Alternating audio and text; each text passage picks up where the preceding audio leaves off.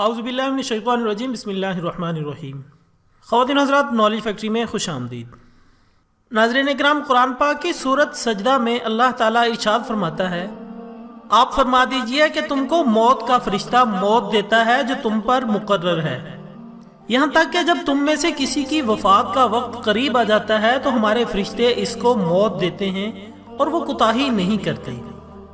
حضرت عائشہ رضی اللہ تعالی عنہ سے روایت ہے کہ رسول اللہ صلی اللہ علیہ وآلہ وسلم نے فرمایا، ملائکہ کو نور سے پیدا کیا گیا اور انہی ملائکہ میں سے اللہ کے ایک مقرب فرشتے حضرت اسرائیل علیہ السلام ہیں، جنہیں ملک الموت بھی کہا جاتا ہے۔ ایک اور روایت کے مطابق دنیا کا نظام 4 فرشتوں کے سپرد ہے، جن میں حضرت جبرائیل علیہ السلام کے سپرد لشکروں اور ہواؤں کا کام ہے، حضرت میکائیل علیہ السلام کے سپرد بارش اور نباتات کا کام ہے۔ اسی طرح حضرت اسرائیل علیہ السلام روح کے قبض کرنے کے کام پر مامور ہیں اور حضرت اسرافیل علیہ السلام ان سب کو امر الہی پہنچاتے ہیں۔ ناظرین اکرام، ممکن ہے آپ سب کے ذہن میں بھی یہ سوال کبھی آیا ہو کہ آخر اسرائیل علیہ السلام ہی سب کی روح کیوں قبض کرتے ہیں اور کیسے کرتے ہیں؟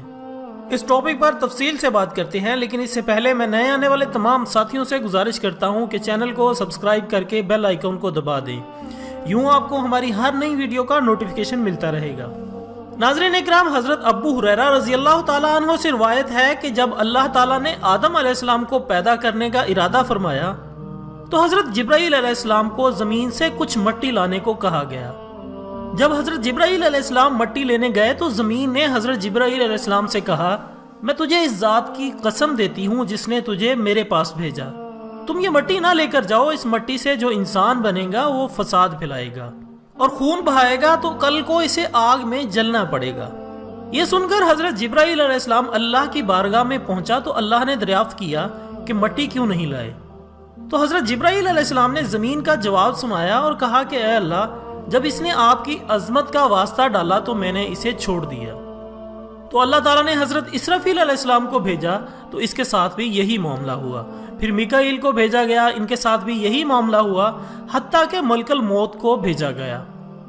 جب زمین نے حضرت اسرائیل علیہ السلام کو بھی یہی جواب دیا تو آپ نے فرمایا، اے زمین، جس ذات نے مجھے تیرے پاس بھیجا ہے وہ تجھ سے زائد اطاعت و فرما برداری کے لائق ہے، میں اس کے حکم کے سامنے تیری بات کیسے مان سکتا ہوں؟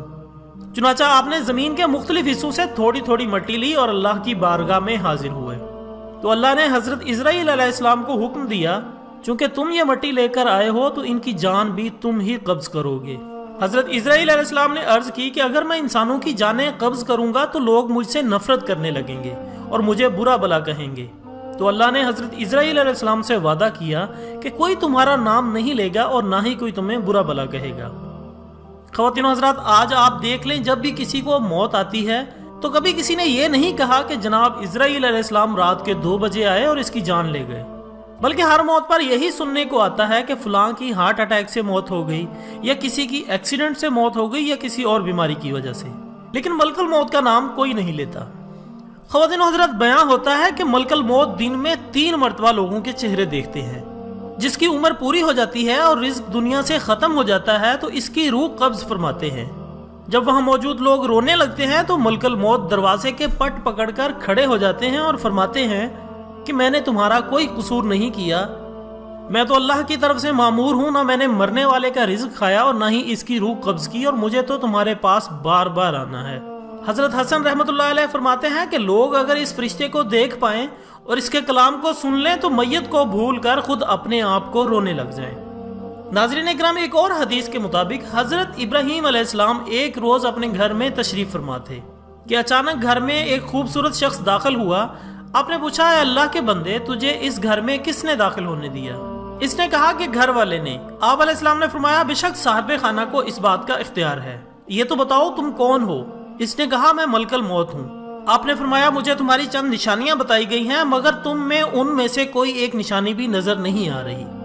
تو ملک الموت نے پیٹھ پھیر لی۔ اب جو آپ نے دیکھا تو ان کے جسم پر آنکھیں ہی آنکھیں نظر آنے لگیں اور جسم کا ہر بال نوکدار تیر کی طرح کھڑا تھا۔ ابراہیم علیہ السلام نے فوراً تعوذ پڑھا اور ان سے کہا کہ آپ اپنی پہلی شکل پر تشریف لے آئیں۔ جو اس کی ملاقات کو بہتر جانتا ہے تو ملک الموت کو اسی شکل میں بھیجا جاتا ہے جس میں حاضر ہوا ہوں۔ ایک دوسری روایت میں یوں بیان ہوتا ہے کہ جب اس نے پیٹھ موڑی تو اس کی وہ شکل آئی جس سے وہ برے لوگوں کی روح کو قبض کرتا ہے۔ ابن مسعود اور ابن عباس رضی اللہ تعالیٰ عنہ کی روایت میں یوں ہے کہ حضرت ابراہیم علیہ السلام نے سوال کیا کہ اے ملک الموت، آپ مجھے وہ صورت دکھائیں جس میں آپ کفار کی روحوں کو قبض کرتے ہیں۔ تو ملک الموت نے کہا کہ یہ آپ کی طاقت سے باہر ہے۔ تو ملک الموت نے وہ صورت دکھانی شروع کی اور فرمایا کہ آپ اپنا منہ موڑ لیجئے۔ اب جو دیکھا تو ایک سیاہ شخص ہے، سر میں آگ کے شعلے نکل رہے ہیں، اس کے جسم سے بال کے بجائے منہ سے آگ نکل رہی ہے۔ یہ حال دیکھ کر آپ پر غشی طاری ہو گئی۔ اس کے بعد آپ نے ملک الموت کو دیکھا تو وہ اپنی شکل میں موجود تھے۔ آپ نے ملک الموت سے کہا کہ اگر کفار کو محض تمہاری شکل ہی دیکھنے کی تکلیف برداشت کرنی پڑے تو یہ ان کے لیے بہت بڑی تکلیف ہے۔ اب ذرا یہ بتائیں کہ مومن کی روح کس طرح قبض کرتے ہیں؟ ملک الموت نے کہا کہ ذرا منہ پھیر لیجئے۔ آپ علیہ السلام نے منہ پھیر کر جو دیکھا تو آپ کے سامنے ایک حسین نوجوان کھڑا تھا جس کا جسم مہک رہا تھا اور اس کے کپڑے سفید تھے۔ حضرت ابراہیم علیہ السلام نے یہ منظر دیکھ کر فرمایا کہ اگر مومن کو صرف آپ علیہ السلام کی دیدار کی دولت ہی نصیب ہو جائے تو اس کے لیے یہی کافی ہے۔ ناظرین کرام، اللہ تعالی ہمیں موت کی تیاری، ملک الموت سے خوش شکل ملاقات اور آخرت میں نجات کی فکر کی توفیق عطا فرمائے۔ آمین ثم آمین۔ خواتین حضرات، اس کے ساتھ ہی آج کی ویڈیو کا اختتام ہوتا ہے۔ ایک نئی ویڈیو کے ساتھ دوبارہ حاضر ہوں گے، تب تک کے لیے اجازت دیجیے گا۔ اپنا، دوستوں، رشتہ داروں اور گرد و نواح کے تمام لوگوں کا بہت خیال رکھیے گا۔ اللہ حافظ۔